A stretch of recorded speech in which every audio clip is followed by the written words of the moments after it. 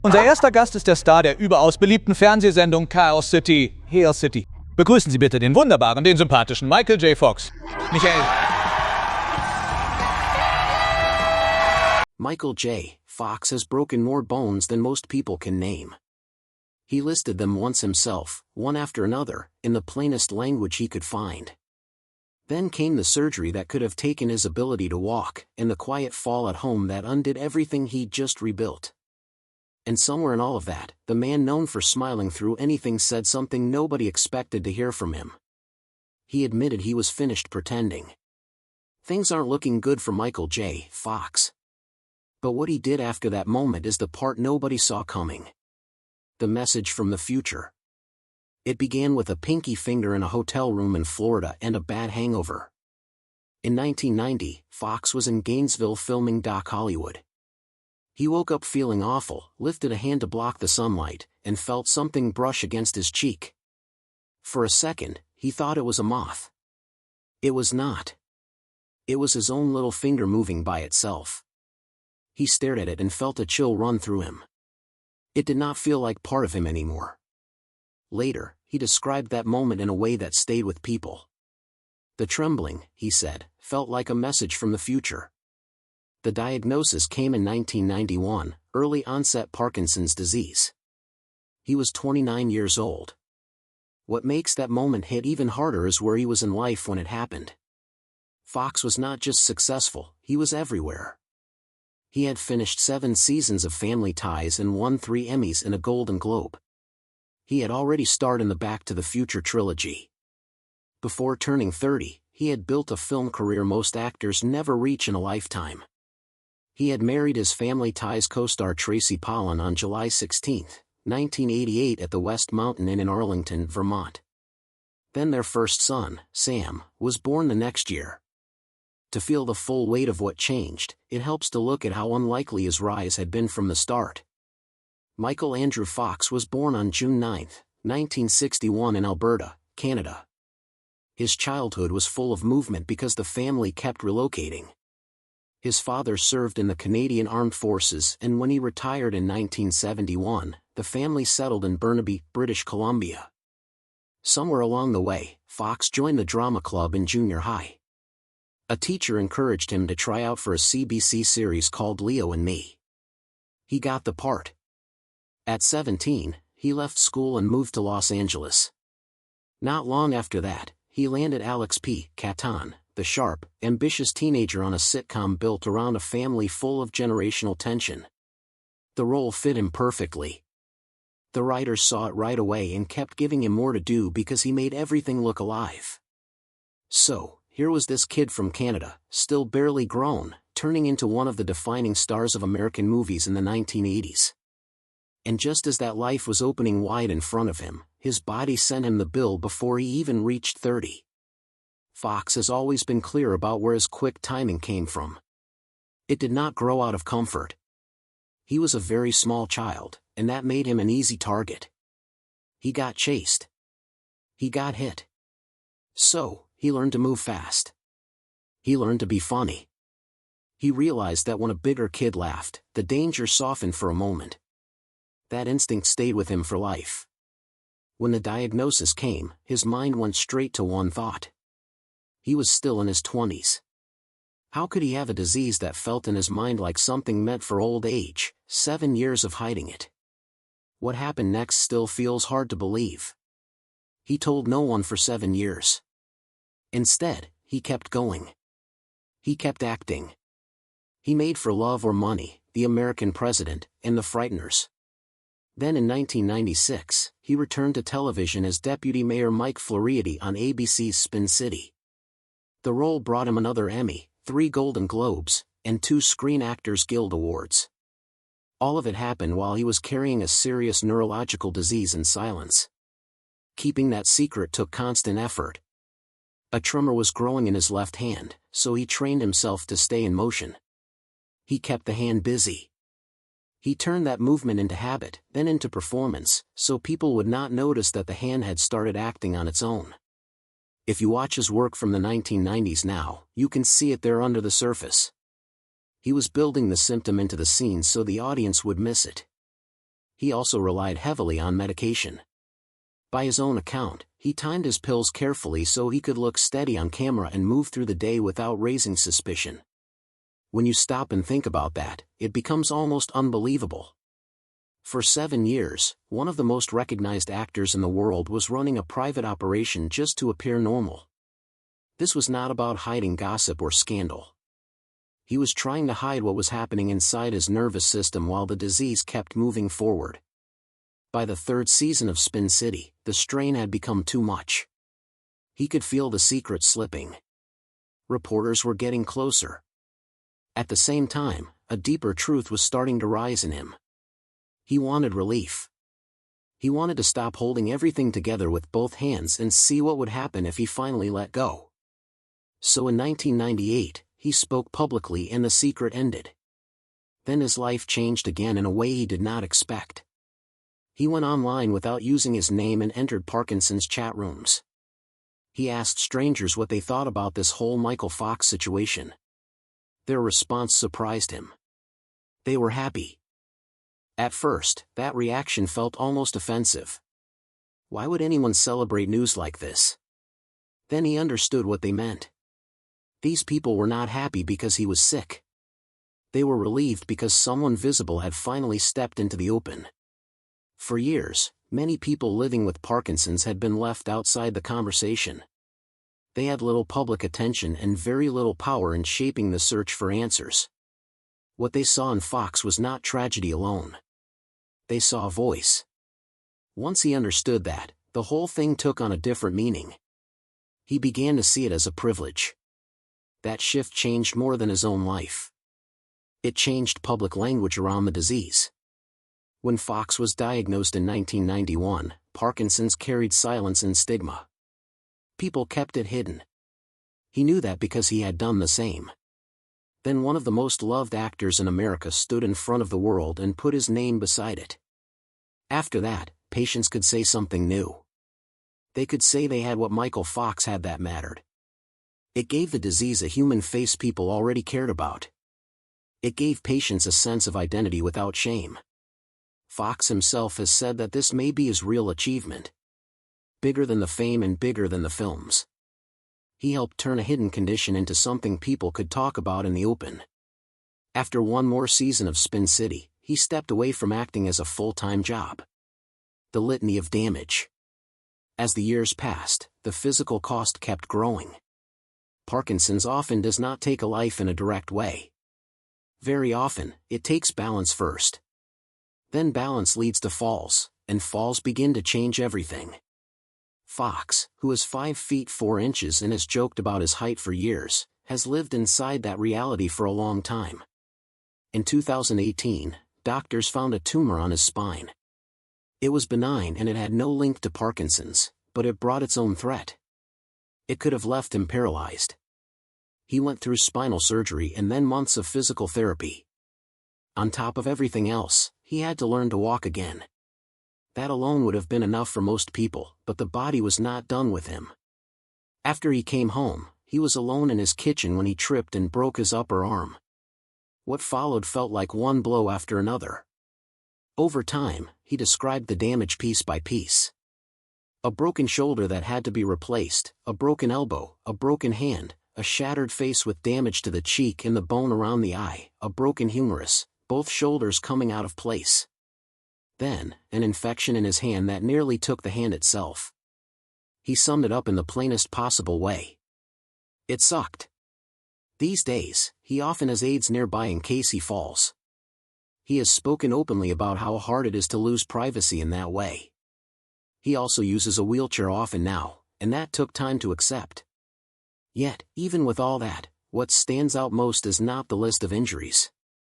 It is the way he keeps meeting the world.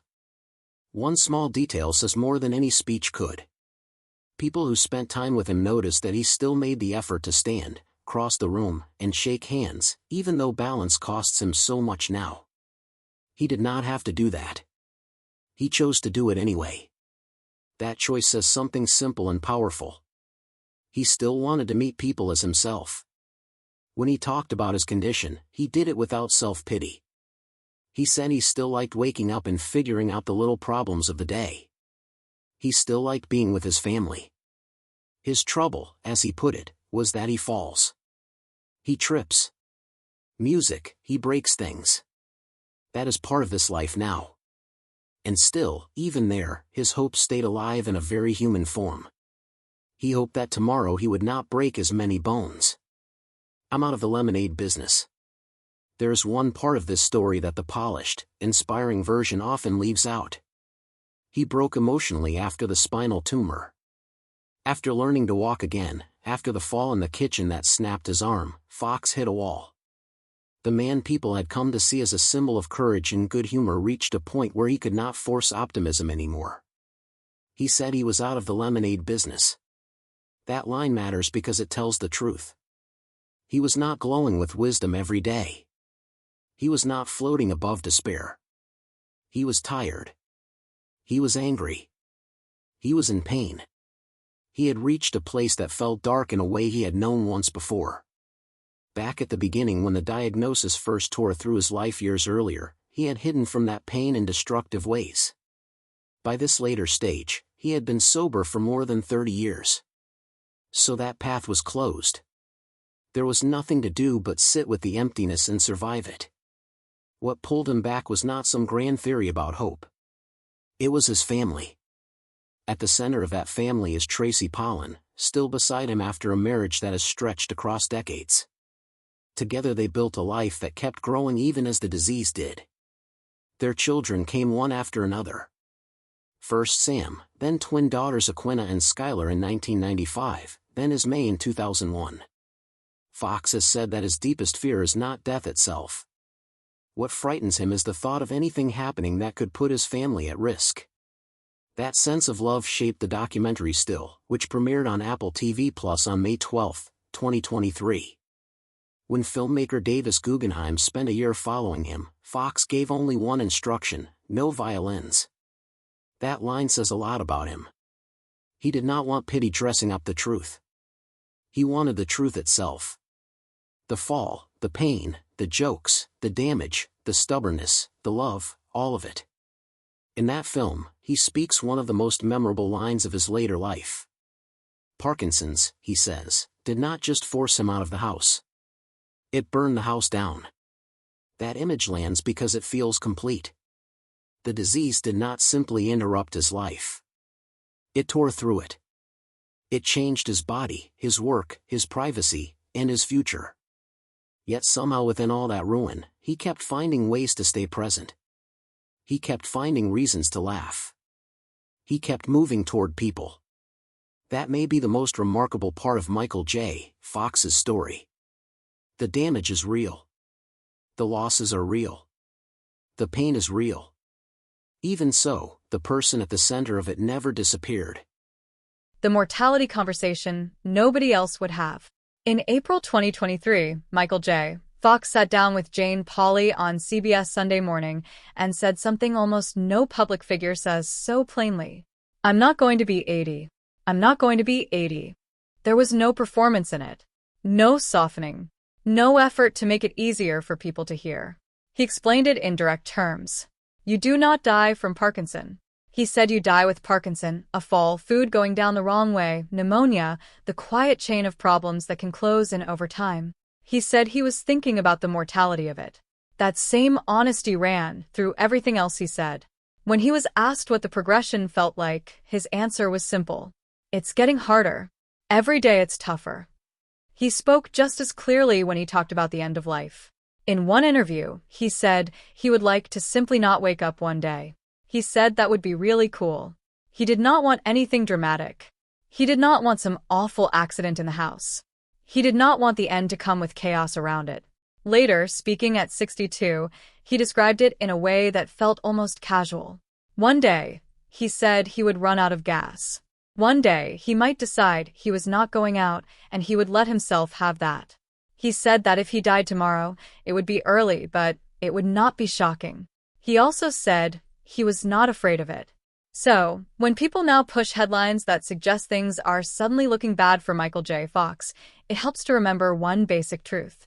He was the one who said all of this first. He said it publicly. He said it directly.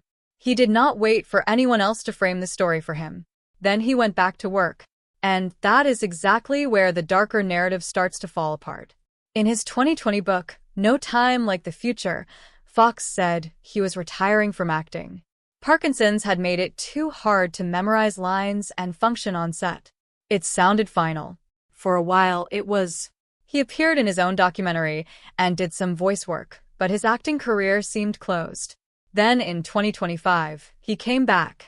He joined Season 3 of Apple TV Plus' Shrinking for a 3-episode guest arc. He played a character living with Parkinson's.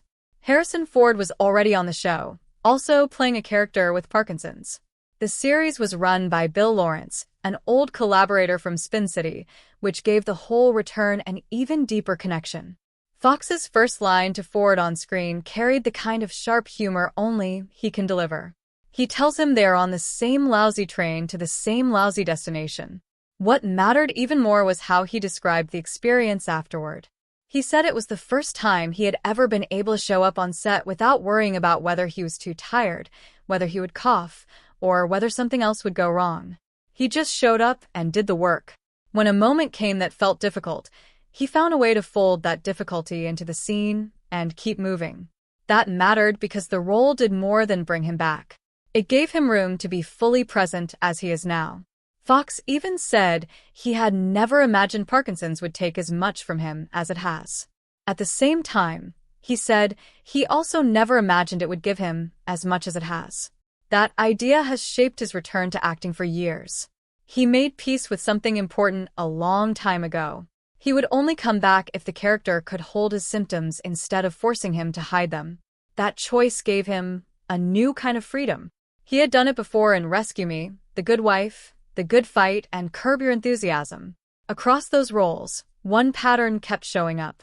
Once Fox stopped hiding the disease on screen, his work became even more interesting because the truth of his body was part of the performance.